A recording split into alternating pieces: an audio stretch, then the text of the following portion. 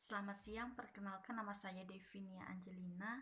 Saya dari kelas A2 Manajemen Pagi, NIM 19104168887.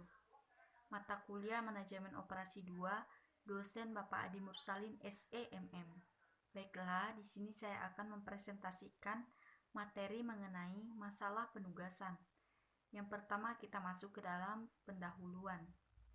Masalah penugasan, masalah pemrograman linier khusus, masalah pendelegasian tugas atau assignment ke sejumlah penerima tugas atau assignment atas dasar satu-satu one-to-one basis.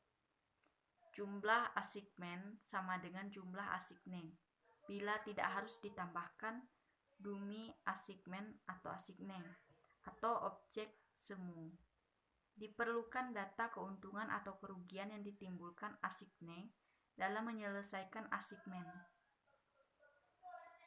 Yang pertama, masalah bisa minimisasi atau maksimisasi.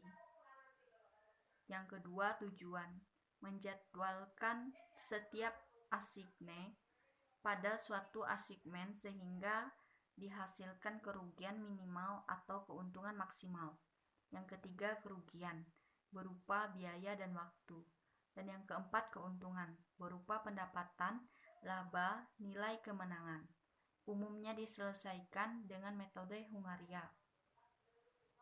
Metode Hungaria yang pada tahun 1916 dikembangkan oleh seorang ahli matematika berkebangsaan Hungaria yang bernama De Koning.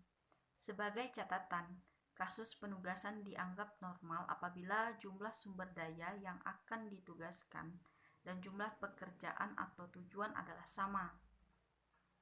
Bentuk umum, tabel masalah penugasan.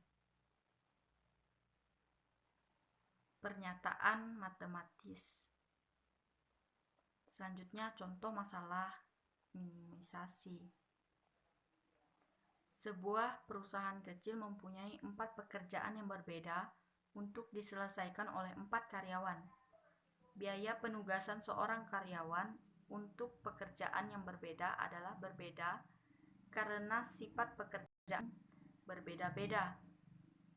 Setiap karyawan mempunyai tingkat keterampilan, pengalaman kerja, dan latar belakang pendidikan serta latihan yang berbeda pula.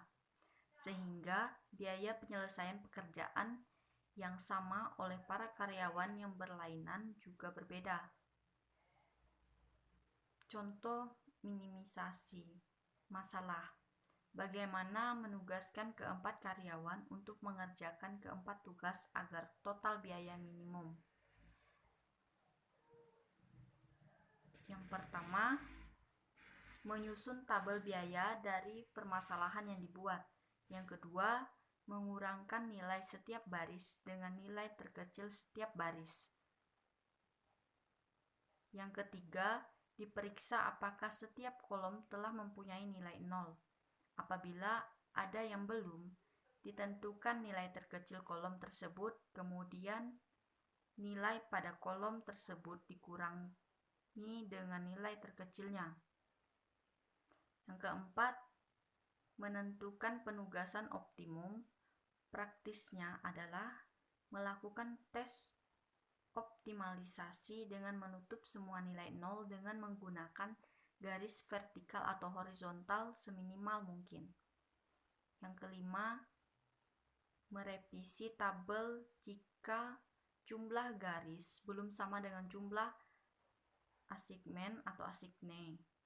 Ditentukan nilai terkecil yang tidak tertutup garis, lalu semua nilai yang tidak tertutup garis dikurangkan dengan nilai terkecil tersebut, dan nilai yang tertutup 2 garis ditambahkan dengan nilai terkecil tersebut.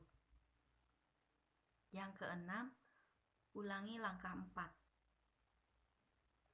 Contoh minimisasi. Dummy assignment, langkah penyelesaian sama.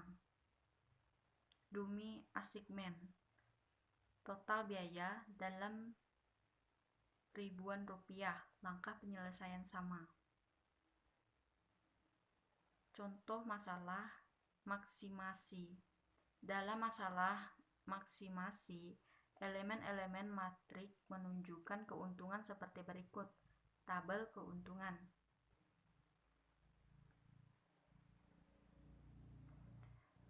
Contoh yang pertama, seluruh elemen baris dikurangi dengan nilai maksimum baris tersebut, hasilnya adalah matrik Octree loss yang sebenarnya bernilai negatif.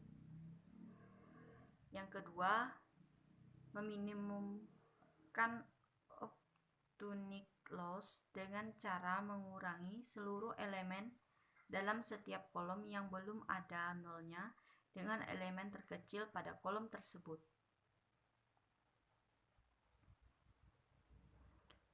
Yang ketiga, menutup semua nilai nol dengan menggunakan garis vertikal atau horizontal seminimal mungkin.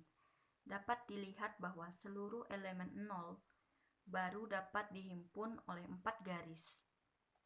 Yang keempat, merevisi matrik dengan mengurangi elemen yang tidak menutupi garis dengan nilai terkecil dari elemen yang tidak tertutup garis dan menambah elemen yang tertutup 2 garis dengan elemen terkecil.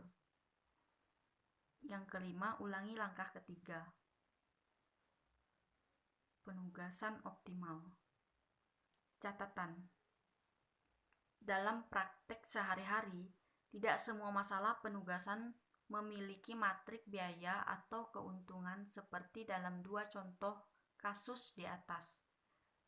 Ada kalanya seorang karyawan misalnya tidak dapat dialokasikan atau ditugaskan untuk sebuah pekerjaan tertentu karena alasan usia, jenis kelamin, keterampilan yang tidak memadai, kondisi fisik, atau karena sebab lainnya. Dengan demikian, karyawan dengan keterbatasan seperti itu tidak dapat dipaksakan mengerjakan sebuah pekerjaan yang memang tidak mungkin baginya.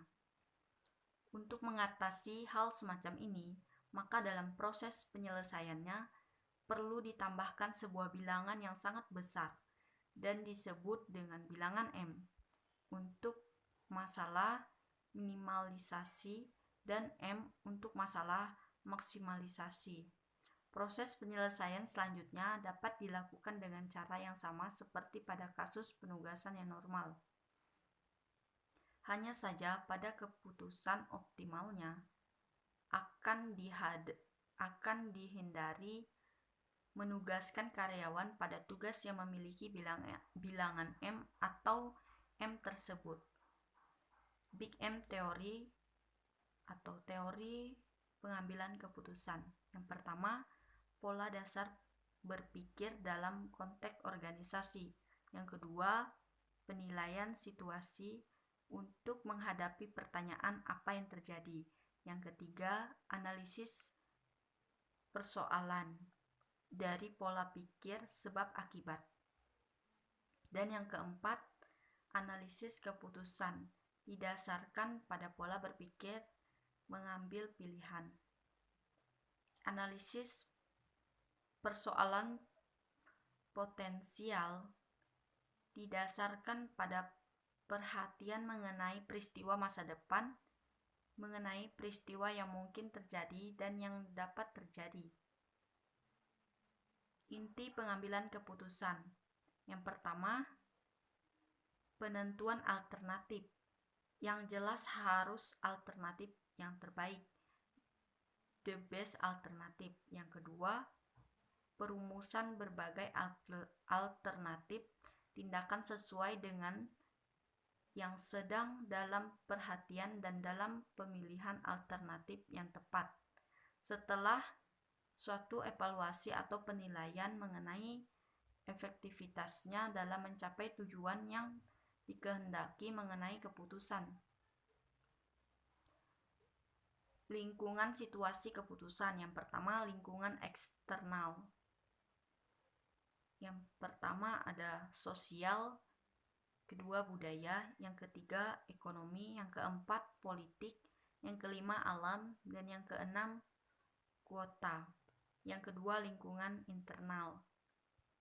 Yang pertama ada mutu barang rendah, yang kedua kurangnya promosi, dan yang ketiga pelayanan tidak memuaskan, yang keempat sales atau agen tidak bergairah. Teknik pengambilan keputusan. Yang pertama ada certainty. Jika semua informasi yang diperlukan untuk membuat keputusan diketahui secara sempurna dan tidak berubah. Yang kedua, risk. Jika informasi sempurna tidak tersedia, tetapi seluruh peristiwa yang akan terjadi beserta probabilitasnya diketahui. Yang ketiga, uncertainty.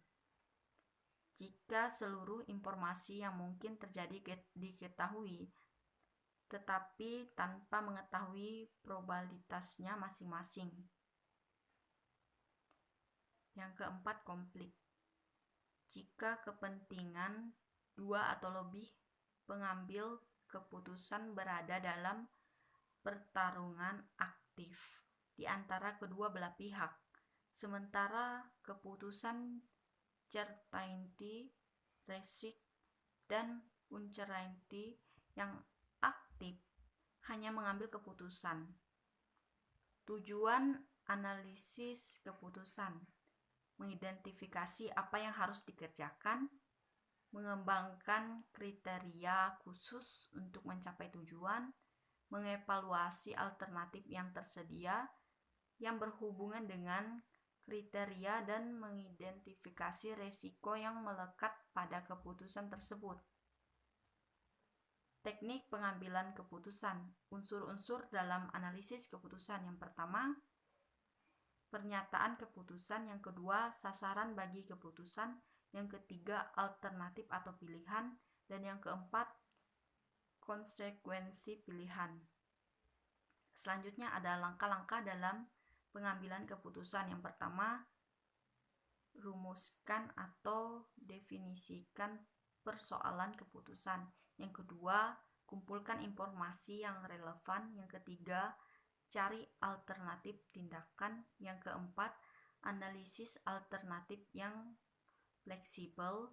Yang kelima, memilih alternatif yang terbaik. Dan yang keenam, laksanakan keputusan dan evaluasi hasilnya. Sekian video presentasi saya ucapkan terima kasih.